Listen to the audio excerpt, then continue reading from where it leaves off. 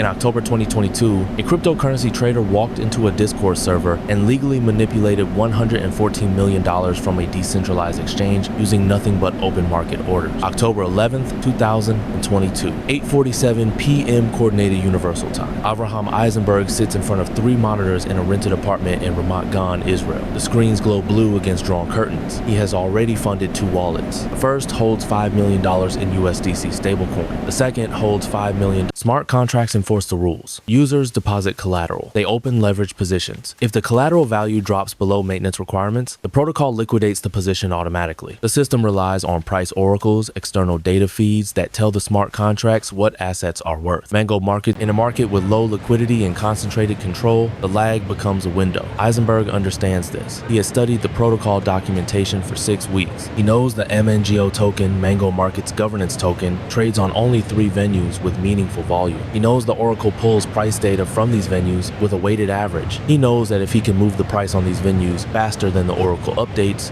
he posts $5 million in USDC as collateral. The protocol accepts it. The position is now live, marked to market by the Oracle price. That price, at this moment, is $0.0293 per MNGO token. 90 seconds later, using his second wallet, Eisenberg begins buying no limit prices. He is not trying to get a good price, he is trying to move the price. The MNGO token, which has a circulating supply of 1,890,000,000 tokens and typically trades $400,000 in daily volume, begins to climb. 0美元3美分 0美元5美分 $0.08. It calculates the weighted average. It reports the new price to Mango Market smart contracts. The contracts revalue Eisenberg's collateral. His first wallet, the one holding the long perpetual position, now shows a paper profit. The MNGO perp contracts he purchased at $0.0293 are now marked at $0.12, then $0. This represents a 300% increase in 92 minutes. Eisenberg's perpetual position shows an unrealized profit of $114 million. The Mango Markets protocol, governed entirely by code, recognizes this profit as real collateral. Eisenberg now has $119 million in borrowing power. The protocol holds $116 million. The smart contracts execute the withdrawals automatically. There is no risk officer, no compliance department, no circuit breaker. The code does what the code was written to do. By the time the Mango Markets community notices the discrepancy, Eisenberg has extracted $114 million in cryptocurrency across multiple tokens. On the 15th of October 2022, at 2:14 p.m. Eastern Standard Time, Avraham Eisenberg posted 23 words to Twitter that would define the boundary between arbitrage and theft in decentralized finance. The tweet read, "I believe all of our actions were legal open market actions, using the protocol as designed, even if the results were not intended." His handle was @AviEisen. The account had 11,000 followers. Within 4 hours, it would have 90,000. Eisenberg was not hiding, he was arguing.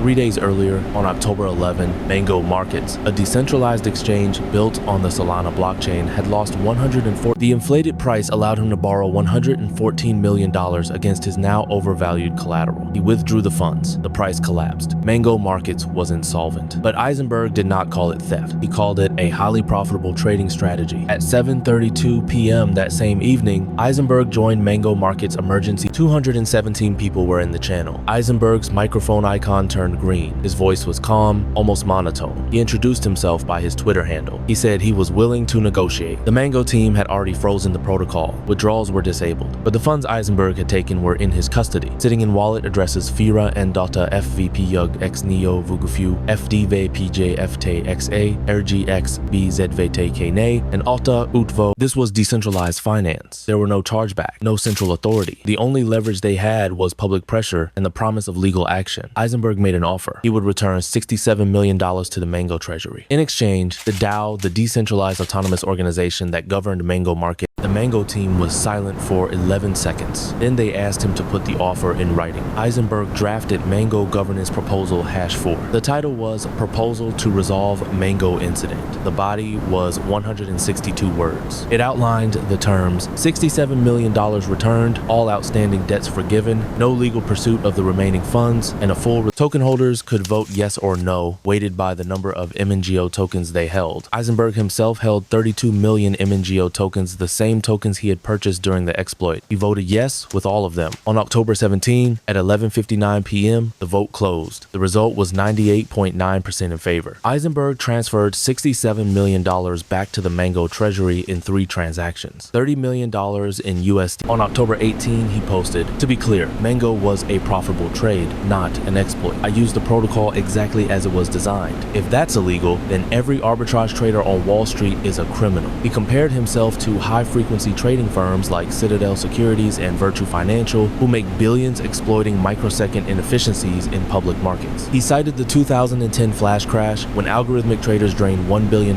from the market in 14 minutes. The U.S. Attorney's Office began building a case. Eisenberg had done something unprecedented. He had committed what prosecutors would later call the most public financial crime in history. He had announced it, defended it, and negotiated a settlement on the 27th of December 2022 at 6:47 a.m. Atlantic Standard Time. 2 FBI special agents knocked on the door of a rental apartment in San Juan, Puerto Rico. The man who answered wore gym shorts and a faded Cornell t-shirt. His name was Avraham Eisenberg. He was 28 years old. The agents placed him under arrest pursuant to a sealed indictment filed 3 days earlier in the United States District Court for the Southern District of New York, case number 2-2C. It described Eisenberg's October trades on mango markets in clinical detail, the oracle manipulation, the leveraged long positions, the liquidation of the Treasury, but the legal foundation rested on a single statute, Title 7, United States Code, Section 9, Subsection 1, the Commodity Exchange Act of 1936, a Depression-era law written to regulate wheat futures and corn contracts, now applied to lines of Rust code executing autonomously on the Solana blockchain. The government's theory was straightforward. Eisenberg had willfully manipulated. Burnett had prosecuted spoofing cases against high-frequency traders, labor manipulation cases against European banks, and insider trading cases against hedge fund managers. He understood derivatives. He understood market microstructure. And he understood that Eisenberg's defense would hinge on a single argument. Everything he did was permitted by the protocol's own rules. No hack, no exploit, just ruthlessly efficient game theory. On the night he pleaded not guilty, his counsel, a team from Mayor Brown, led by partner Andrew Levander, filed a motion to dismiss on February 3. The memorandum was 42 pages. Its central citation was United States v. Zellner, a Second Circuit case from 2014. In Zellner, the court had ruled that commodities fraud required proof of deception directed at an identity. The protocol had no capacity to be deceived, therefore no fraud occurred. The government's response filed March 8 was 61 pages. It cited United States v. Kasha, the first criminal spoofing conviction under Dodd-Frank. It cited CFTC versus McDonald with real losses. The indictment listed them by wallet address. 0x4A7B, 9F2C lost $3,182,441.18. Nuraksos Mednat,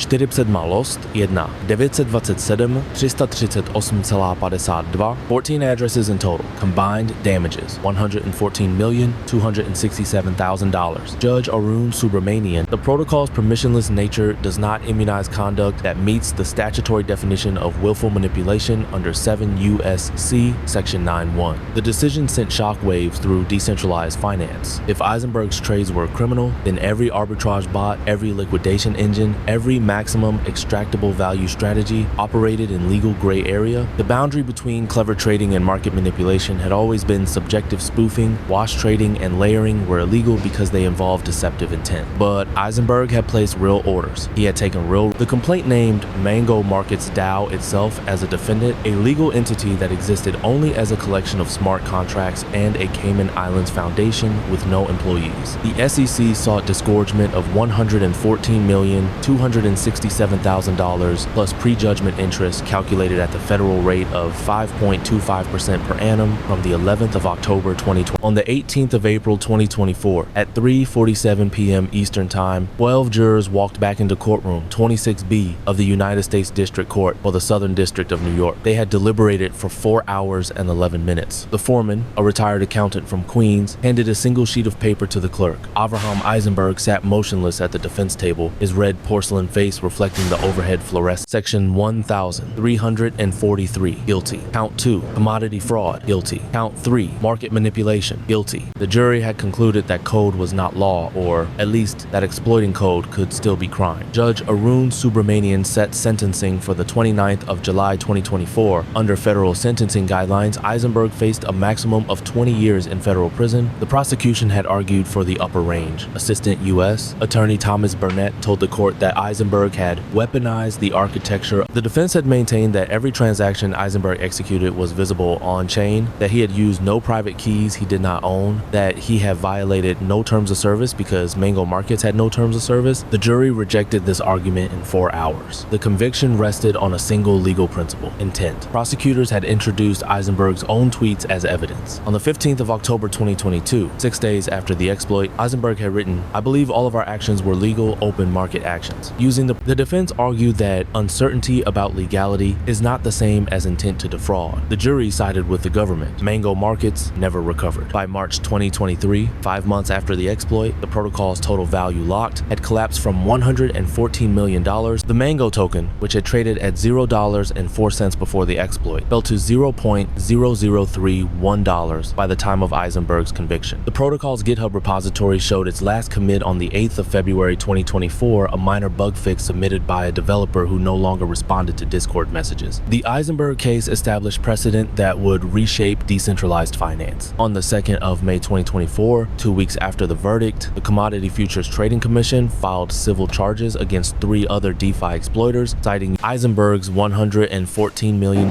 had purchased a legal boundary. In courtroom 26B, Judge Subramanian addressed Eisenberg directly before adjourning. "You have argued that you merely played by the rules as written," the judge said, "but the law distinguishes between reading the rules and exploiting them. You did not find a loophole." The marshals led him back to the Metropolitan Correctional Center, where he would remain until sentencing. Outside the courthouse, his attorney told reporters they would appeal. The appeal was filed on the 1st of May 2024. It was denied on the 9th of August 2024. The conviction stood.